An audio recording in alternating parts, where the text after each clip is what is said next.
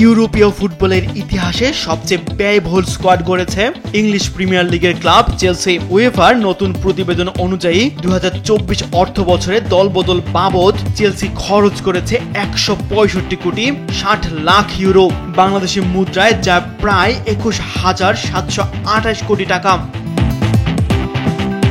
দলবদলের খরচের বিচারে Manchester United ও Real মাদ্রিদকে ছাড়িয়ে গেছে ইংলিশ প্রিমিয়ার লিগের ক্লাব চেলসি। ২০২৩ সালে ম্যানইউ স্কোয়াড গঠনে খরচ হয়েছিল ১৪২ কোটি ইউরো, আর ২০২০ সালে রিয়াল মাদ্রিদের স্কোয়াড গঠনে ব্যয় করা হয়েছিল ১৩৩ কোটি ইউরো।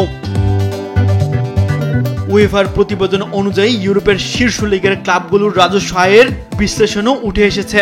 ২০২৩ সালে সবচেয়ে বেশি রাজস্ব আয় করেছে স্পেনের রিয়াল মাদ্রিদ। ক্লাবটির আয় ১০৭ কোটি ৩০ লাখ ইউরো। দ্বিতীয় স্থানে থাকা ম্যানচেস্টার সিটির আয় ৮৫ কোটি ৪০ লাখ ইউরো আর ৮০ কোটি ৮ লাখ ইউরো নিয়ে তালিকার ৩-এ ফরাসি ক্লাব পিএসজি।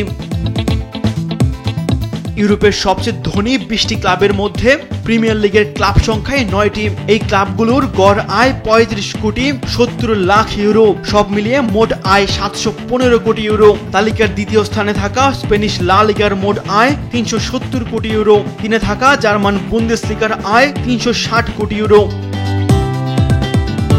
দর্শক উপস্থিতির রেকর্ডেও এগিয়ে ইংল্যান্ড ও জার্মানি। এর মধ্যে ইংলিশ প্রিমিয়ার লিগের 3টি ক্লাবে ছাড়িয়ে গেছে ১০০ মিলিয়নের কোটা। সর্বোচ্চ আয় আর্সেনালের ১৫৩ মিলিয়ন ইউরো, ম্যানচেস্টার ইউনাইটেডের ১২৯ আর লিভারপুলের আয় ১০৮ মিলিয়ন ইউরো। অন্যদিকে জার্মান বুন্দেসলিগার আয় ২ কোটি ৩৭ লাখ ইউরো। তাসবিহ শরণ, স্পোর্টস ডেস্ক, দেশ টিভি।